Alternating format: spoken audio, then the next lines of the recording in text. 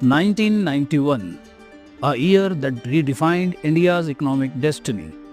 A time when the Indian economy was on the brink of collapse, but also a moment when bold reforms turned adversity into opportunity. This is the story of how India embraced liberalization, privatization, and globalization, forever transforming its economic landscape. To understand the reforms, we must first understand the crisis. By the late 1980s, India's economy was in turmoil. Excessive government spending, rising debts, and inefficient public sector undertaking had strained the system. During the 1980s, India's fiscal deficit ballooned to 8.4% of GDP. Foreign exchange reserves plummeted barely enough to cover 3 weeks of imports. Global oil prices spiked after the Gulf War, further worsening the situation. With no alternative left, India approached the International Monetary Fund for a bailout. But the IMF had one condition: India must open up its economy. In June 1991, a political shift brought P.V. Narasimha Rao to power. Despite his low-key persona, Rao would become a pivotal figure in India's economic transformation.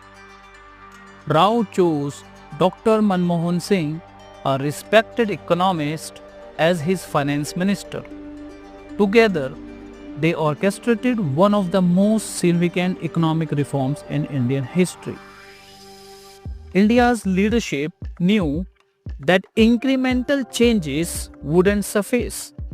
A systematic overhaul was necessary to revive the economy and build a foundation for future growth. The reforms of 1991, often referred to as the LPG reforms, that is, liberalization, privatization, and globalization, focused on dismantling decades of socialist policies. Liberalization aimed to reduce government control over the economy. Industrial licensing, known as the License Raj, was abolished, allowing businesses to operate without excessive bureaucratic interference. Foreign exchange control were relaxed and interest rates were deregulated.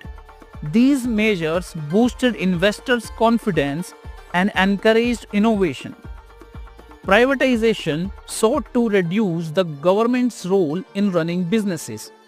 Loss-making PSUs were sold or restructured, paving the way for private sector participation. This shift created jobs, improved efficiency, and brought much-needed capital into the economy. Globalization opened India's economy to the world. Import tariffs were slashed and restrictions on foreign direct investments were eased. This allowed multinational corporations to enter India and provided domestic businesses access to international markets.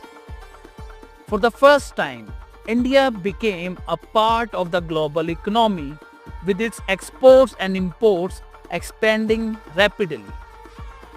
Despite its promise, the reform faced resistance. Critics argued that opening the economy would hurt small businesses and increase unemployment. Farmers feared that cheaper imports would undercut their produce, while labor unions opposed the disinvestment of the public sector units. Even within the government, there was a skepticism. Would India identity and self-reliance be compromised in the process of globalization? The results of the reforms were evident. India's GDP growth rate, which was merely 1.1% in 1991, rose to 7.6% by 1995.